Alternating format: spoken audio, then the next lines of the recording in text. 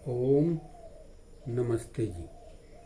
आइए आज की चर्चा प्रारंभ करते हैं। शांति प्रकरण का 17वां मंत्र।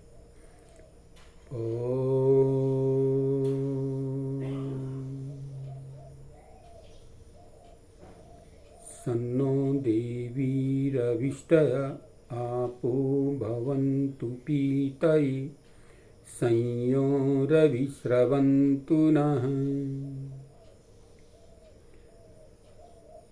वह आपह सब कामनाओं को प्राप्त कराने वाली देवी प्रभु की दिव्य शक्तियाँ नह हम सबके लिए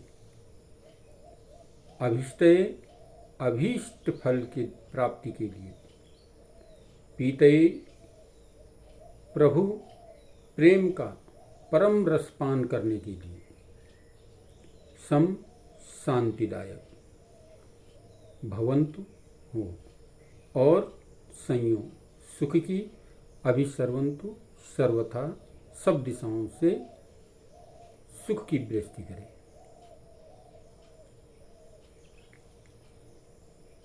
तो आइए मंत्र में चर्चा की गई है कि प्रभु जिस प्रकार जल शरीर के मलों को दूर करता है तथा शरीर को शांति पहुंचाता है, ठंडक पहुंचाता है, इसी प्रकार हम आपके प्रेम का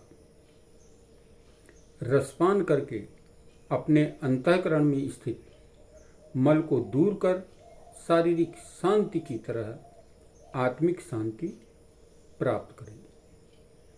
हे प्रभु, जिस प्रकार से कहते हैं जल शांतिदायक है, शरीर को ठंडक पहुंचाता है, हम स्नान करते हैं तो शरीर में ठंडक मिलती है, तापमान गिरता है। ठीक इसी प्रकार से कहते हैं हम आपकी वेदवाणी को प्राप्त करके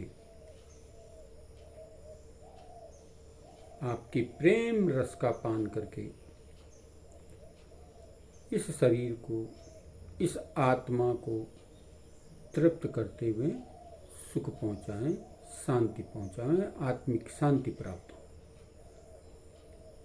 तो इसके लिए इसमें प्रार्थना की गई है कि हम आत्मिक शांति प्राप्त करते हुए परमपिता परमात्मा की कृपा को पात्र बनते हुए जिस प्रकार से जल शांति का प्रतीक है, जल हमें शांति देने वाला है, इसी प्रकार के ही प्रभु आपकी कृपा हम पर बरसती रहे और हम शांति का अनुभव कर सकें, हमारे जीवन में शांति प्राप्त हो सके।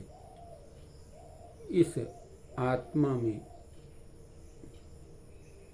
विचलितता न हो, ये आत्मा एकदम शांत आपके ध्यान में मग्न हो करके आपकी परम गति को प्राप्त कर सके। तो बहुत ही सुंदर, बहुत ही सरल भाव से इस मंत्र में हमें उपदेश किया गया, हमें बताया गया है कि जिस प्रकार से जल शांति का प्रतीक है, जलती हुई अग्नि में जल डालोगे तो शांत कर देता है उसको, जल शांति का परिचायक है।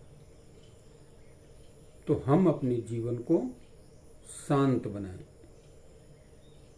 और किस प्रकार से? परमात्मा के वेद ज्ञान को प्राप्त करके